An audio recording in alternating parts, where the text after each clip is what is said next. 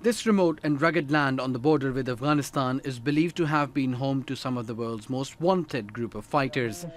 Among them, the network led by this man, Jalaluddin Haqqani.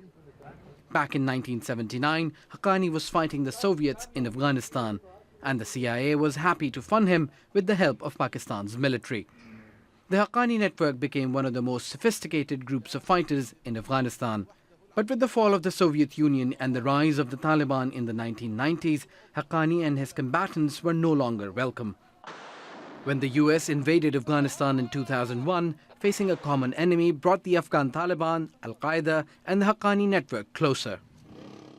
The Pakistani military's support for US forces hurt its ties with the Haqqani network. The Pakistani government knows very well what my stand is since the first days of jihad. If they need to ask for something, they must first come here and apologize for what they've done. The Haqqani network consolidated its positions in southeastern Afghanistan, and then its attacks became more brazen and reached targets in the capital, Kabul. Afghan intelligence and the US-led coalition said the Haqqani network was behind complex attacks on high-profile targets and hostage-takings. In 2008, the United States added Jalaluddin Haqqani's son Sirajuddin on its list of terrorists, and in 2012 labeled the group a foreign terrorist organization. The US says the bulk of the Haqqani network's finances come from a number of illegal businesses, drug trade, extortion, road taxes and ransom.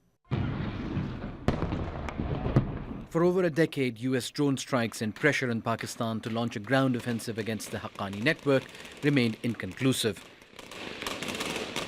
But in 2014, Pakistan decided to force out foreign fighters operating in its tribal areas by sending in ground forces.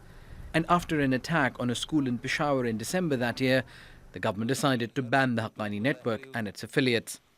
But shadowy groups have been banned before, and the challenge will be to implement the ban along the porous Afghan border. Osama bin Javaid, Al Jazeera.